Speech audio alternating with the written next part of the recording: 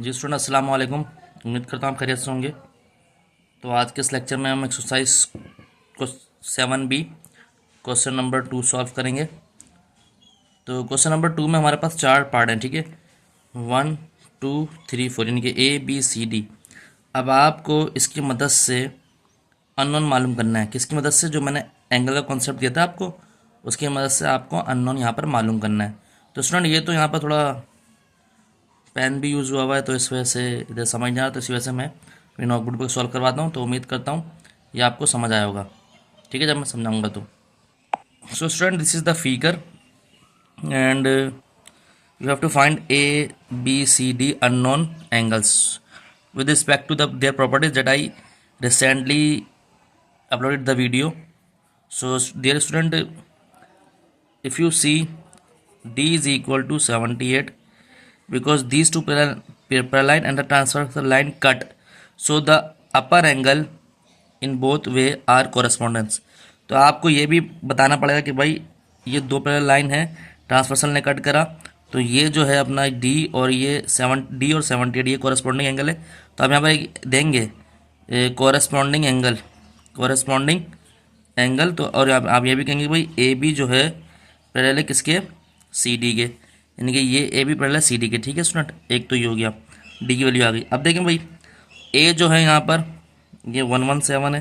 क्यों 117 है? देखें यहाँ पर ये एक्स बन रहा है, ये और ये वाला एक्स बन रहा है, तो ये ए जो है वर्टिकली अपोजिट एंगल है, तो हमें लिखेंगे वर्टिकली अपोजिट एंगल्स, ठीक है स्टूडेंट। ये दे दिया आपने, ए और डी आ गया। अब देखें यहाँ पर एक एंगल, एक लाइन ये है पैरेलल और एक लाइन ये पैरेलल है, ट्रांसवर्सल लाइन ने कट करा, तो बी और सी, बी और 117 ये भी कॉरस्पॉन्डिंग एंगल है। देखें बी और 117 ये भी कॉरस्पॉन्डिंग एंगल, तो आप लिखेंगे B is equal to 117 also, क्योंकि ये क्या है? कॉरस्पॉन्डिंग एंगल, क्योंकि ए बी जो है पैरेलल है किसके? सी डी के। ये आपको लाजमी देना है, ठीक है। अब बात कर ली जाए ए बी डी आ गया सी की। तो देखें भाई, अगर देखें तो दो पैरेलल लाइन ये हैं, एक लाइन ये है, एक लाइन ये है, ए बी और सी डी। तो इनके अंदर जो एंगल बनता है इसके नीचे और इसके ऊपर, ये लाते हैं अल्टरनेट इंटीरियर एंगल, सॉरी। तो इन दोनों लाइन के जो सात एंगल होता है, यानी कि नीचे की तरफ और ऊपर की तरफ, ये इंटीरियर एंगल होता है, और इंटीरियर एंगल का सम जो होता है 180 के बराबर होता है। तो हमें लिख सकते हैं A plus C is equal to 180, ठीक है स्टूडेंट। और यहाँ पर आप लिख सकते हैं इंटीरियर एंगल, ठीक है।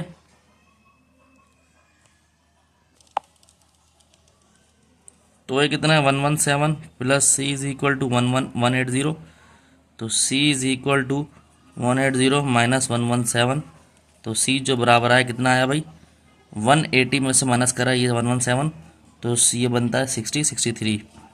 तो स्टूडेंट ये देखें, ये सी आ गया हमारे पास, और ए डी और बी हम निकाल चुके थे, ठीक है स्टूडेंट। ए भी हम निकाल चुके थे, ठीक है। तो किस तरह हमने सवाल कर लिया, उम्मीद करता हूँ आपको समझ आया होगा। अब स्टूडेंट बात कर लेते हैं इस क्वेश्चन की। चूँकि बुक में सही समझ नहीं आ रहा, मैंने यहाँ पर बना ली फिगर, बिकॉज क्या आपको समझ आ जाइए। अब देखें यहाँ पर ये फिगर है, इसमें ये दो पैरेलल लाइन है, ट्रांसवर्सल लाइन ने कट कर दिया। अब देखें यहाँ जेड बन रहा है, मैंने आपको बताया था जब जेड बने इस तरह से, तो ये एंगल और ये एंगल ऑल्टरनेट होते हैं, ठीक है। तो अब ये जेड बन रहा है, ये यहाँ से ये और ये मतलब ए टू ई, ई टू सी और सी टू ये, तो ये जेड बनना, तो एफ जो है वो किसके बराबर? 31 के। तो यहाँ हम लिख देंगे एफ इज इक्वल टू 31, और ये कौन सा एंगल है? ऑल्टरनेट एंगल है। और यहाँ लिख देंगे भाई ए बी पैरेलल है किसके? सी डी के, ठीक है। सही है, ये देना है। अब ये हो गया। अब देखिए दोबारा जेड बन रहा है, दोबारा जेड किस तरह बनना है?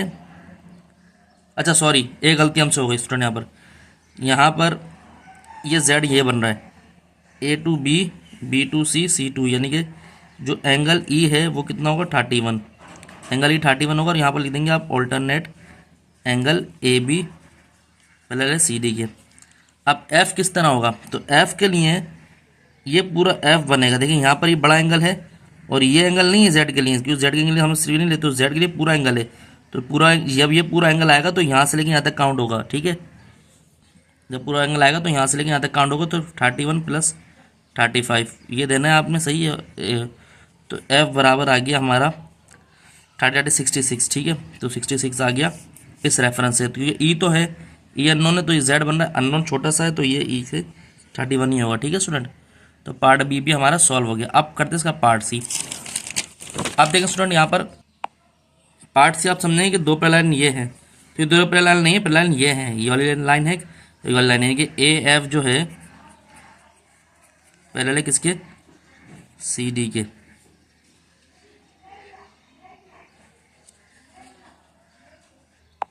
तो अब देखें अगर मैं इसको फिगर घुमा दूं तो ये दो पैरेलल लाइन है, तो जी जो है किसके बराबर है, 83 के कॉरेस्पॉन्डिंग एंगल अगर फिगर घुमा दिया तो आप यहाँ लिख देंगे जी जो है ये कितना है 83 के, और यहाँ लिख देंगे कॉरेस्पॉन्डिंग एंगल, और लिख देंगे भाई ए एफ पैरेलल है किसके, सी डी के, ठीक है। जी तो आ गया।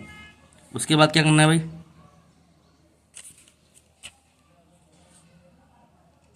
उसके बाद एच जो है कितना 69, एच जो ये भी कितना है 69 के बराबर है, क्यों वही कॉरेस्पॉन्डिंग एंगल यहाँ पर भी डालेंगे कॉरेस्पॉन्डिंग एंगल, क्योंकि ये कहेगा भाई ए एफ पैरेलल किसके है, सी डी के, ठीक है स्टूडेंट। ये हो गया सी। अब स्टूडेंट पार्ट डी है इसका, लास्ट पार्ट है। अब उम्मीद करता हूँ आपको इतना लेक्चर बता दिया है तो सीन पार्ट में आपको समझ आएगा। पार्ट डी में कह रहा है भाई जे और आई के लिए निकाले। आप देखें यहाँ जेड बन रहा है, अच्छा जेड इस तरह भी होता है और जेड इस तरह भी होता है, मैंने आपको बताया था। तो यहाँ का ये भी वर्टिकल अपोजिट एंगल होगा। तो यहाँ पर आपको करना ये है कि भाई ये देखें यहाँ जेड बन रहा है, ये और ये, तो आप लिख देंगे भाई जे जो है कितना है 60 है, क्योंकि यहाँ पर आप रेफरेंस देंगे क्या कहते हैं alternate angle, sorry vertical opposite बोला मैं, ऑल्टरनेट एंगल है, ऑल्टरनेट एंगल, क्योंकि आप ये कहेंगे भाई सी डी है पैरेलल किसके, ए बी के, इस वजह से, ठीक है स्टूडेंट। तो ये तो हो गया। अब आई किस तरह मालूम करेंगे ये आपको नहीं पता, क्योंकि जे की वैल्यू आपको पता चल गई 60 है। तो यहाँ पर कोई पैरेलल लाइन नहीं, ट्रांसवर्सल कट करे, या तो एक काम करें आई और जे इसको आप क्या कहते हैं हाँ इंटीरियर मान लें, यानी कि आई प्लस 75 इक्वल टू 180, सही है भाई। या फिर आई इस ट्राइंगल, वैसे यहाँ पर पैरेलल लाइन आ नहीं रही है, तो आप एक काम करें I plus J plus 75 is equal to 180 ले लें, क्योंकि ट्राइंगल बनना है तीनों इंटीरियर एंगल्स 180 होता है। तो ये हो गया आई प्लस जे जो है 60 है प्लस ये 75 है इज इक्वल टू 180, ठीक है स्टूडेंट। तो आई प्लस 60 प्लस 75, तो और यहाँ करें 60 75 तो ये गया 5 और ये हो गया 13, तो ये 135 इज इक्वल टू 180। तो आई के लिए निकालेंगे तो I is equal to 180 minus 135, ठीक है। तो ये हो गया आई इज इक्वल टू 45। तो स्टूडेंट ये हमने निकाल लिया, आई की वैल्यू निकाल ली और जे निकाल लिया। तो स्टूडेंट उम्मीद करता हूँ जो जो मैंने आपको पढ़ाया ये आपको समझ आया होगा। तो अगर आपका हमारा चैनल अच्छा लगा लाइक और सब्सक्राइब करें, अपने दोस्त यारों में शेयर करें। मज़ीद वीडियो आपको मिलते रहेंगी। अपना ध्यान रखें। अस्सलाम वालेकुम।